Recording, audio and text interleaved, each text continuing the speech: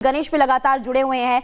गणेश, आज दोपहर 2 बजे जब प्रेस कॉन्फ्रेंस होनी थी उससे पहले भी आप लगातार आम आदमी पार्टी दफ्तर के बाहर थे और अभी भी देखिए लगातार हम देख रहे हैं कि वार पलटवार का सिलसिला काफी तेज होते हुए नजर आ रहा है। यानी कि आने वाले समय में हम देखेंगे कि दोनों दलों के बीच या कांग्रेस पार्टी सभी दलों के बीच और ज्यादा बयानबाजी तेज होते हुए नजर आएगी और दिल्ली का सियासी टेम्परेचर हाई हो जाएगा।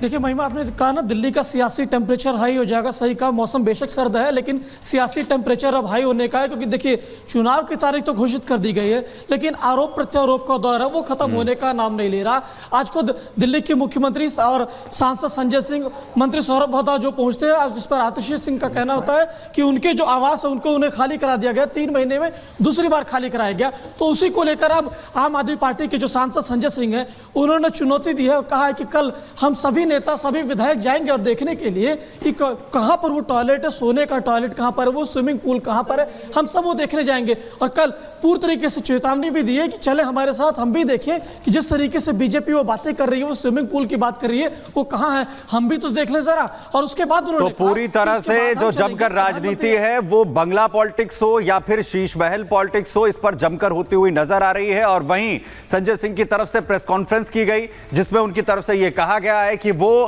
पहले जाएंगे शीश महल, जिसका दावा हो रहा है, यानी कि सीएम का आवास देखने, और उसके बाद जाएंगे पीएम आवास में। वहां यह दिखाने की कोशिश होगी कि आखिर किसके राजशाही ठाट बाट हैं, जिस पर कैसे सियासत जो है वो जमकर हो रही है। प्रेस कॉन्फ्रेंस संजय सिंह ने की, सुनवाते हैं आपको। भारतीय झुट्ठा पार्टी के लोगों, मैं चाहता हूं पूरे दिल्ली और देश के सामने तुम्हारा झूठ उजागर हो, पूरी दिल्ली और देश के लोगों को पता चले कि दिन रात तुम मुख्यमंत्री आवास के बारे में झूठ बोलते हो।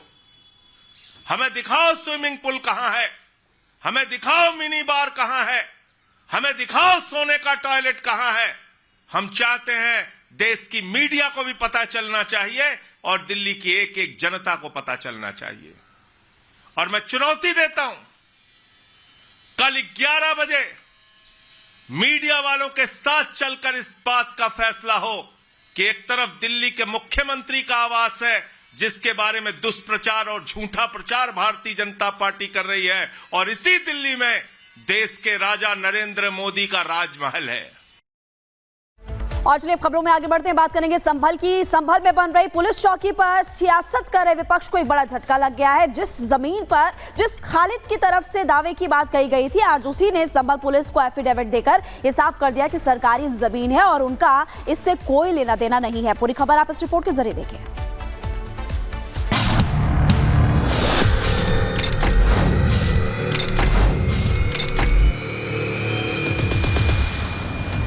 संभल थाने पर नया ट्विस्ट, एसपी के दावे की खुली चिट। शाही मस्जिद एएसआई के अंदर आती है, उसके सामने बिना एएसआई के परमिशन के ये चौकी बनाने लगे। थाने की जमीन सरकारी, ओवैसी को पड़ेगी भारी।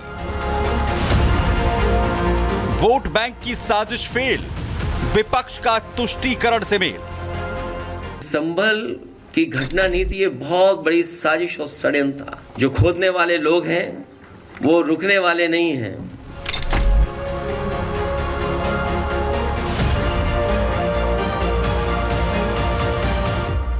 संभल पर विपक्ष लाव लश्कर के साथ सियासत करने में जुटा है और उसमें अखिलेश यादव के तो क्या कहने। कुदर की उपचुनाव में समाजवादी पार्टी की जब से हार हुई है, अखिलेश यादव के मन में डर बैठ गया है। उन्हें लगता है कि 2027 में कुदरकी के साथ संभल भी कहीं हाथ से निकल न जाए। ऐसे में संभल मुद्दे को अखिलेश यादव गर्म रखना चाहते हैं। यही वजह है कि कभी अखिलेश का प्रतिनिधिमंडल संभल जाता है तो कभी सर्वे पर सवाल उठाते हैं, तो कभी शाही मस्जिद के करीब बनने वाले थाने पर आपत्ति जताते हैं। लेकिन इलाके के खालिद और सलीम ने समाजवादी पार्टी की सियासी मेहनत पर पानी फेर दिया है। वो कैसे, खुद सुनिए इलाके से पुलिस अधीक्षक की जुबानी।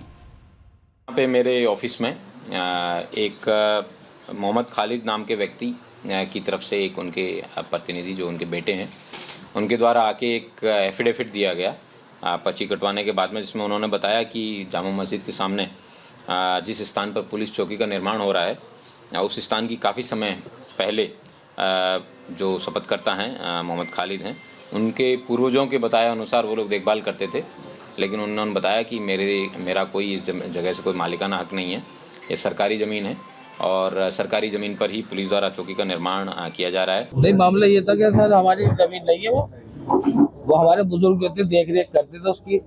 अब हमें पता चला तो सर वो सरकारी ज़मीन है, हमें कोई एतराज़ नहीं है। बहुत अच्छा बात है चौकी बनी और बड़ी खुशी की बात है। नहीं, हमारा नहीं सर, वो तो हमारे बुजुर्ग जो थे उसकी देख रेख करते थे, हमें क्या पता।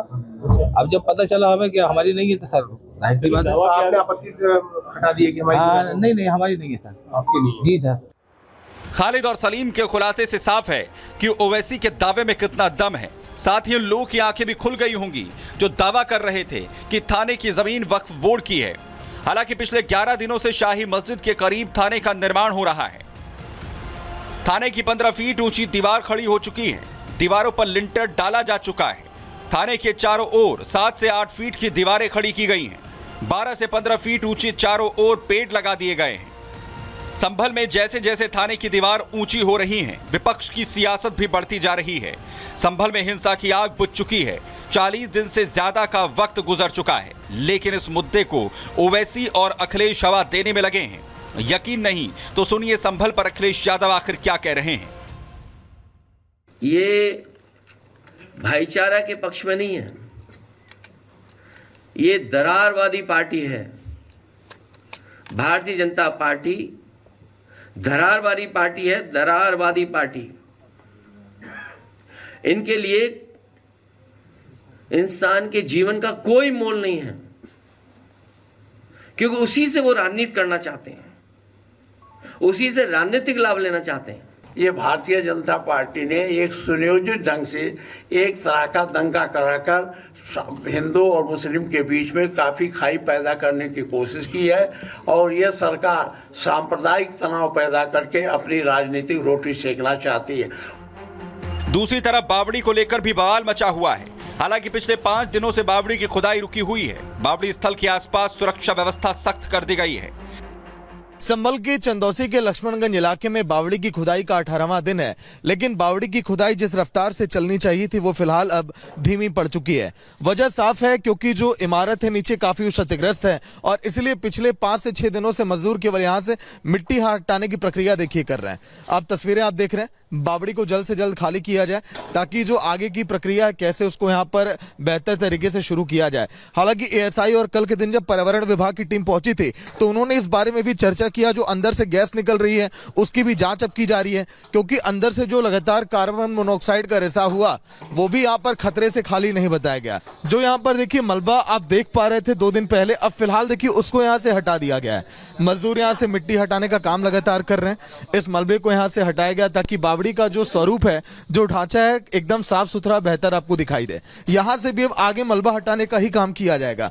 बावड़ी के ऊपर की बात करें चाहे अंदर की हम बात करें, यहाँ पर जो भी मलबा है अब कुछ दिनों तक इसी को हटाने का काम किया जाएगा, क्योंकि एएसआई ने यहाँ पर खुदाई को पूरी तरह से रोक दिया है ताकि कोई अनहोनी यहाँ पर घटना ना हो जाए, किसी मजदूर की यहाँ पर जान न चली जाए। उस बारे में भी लगातार ख्याल यहाँ पर रखा जा रहा है। संभल में हर दिन सनातन के सबूत मिल रहे हैं, जिससे कट्टरपंथियों का दिल घबराने लगा है। ऐसे में सवाल यह है कि आखिरकार किसने सनातन के सबूतों को मिटाने की कोशिश की। Bureau report, Republic Bharat.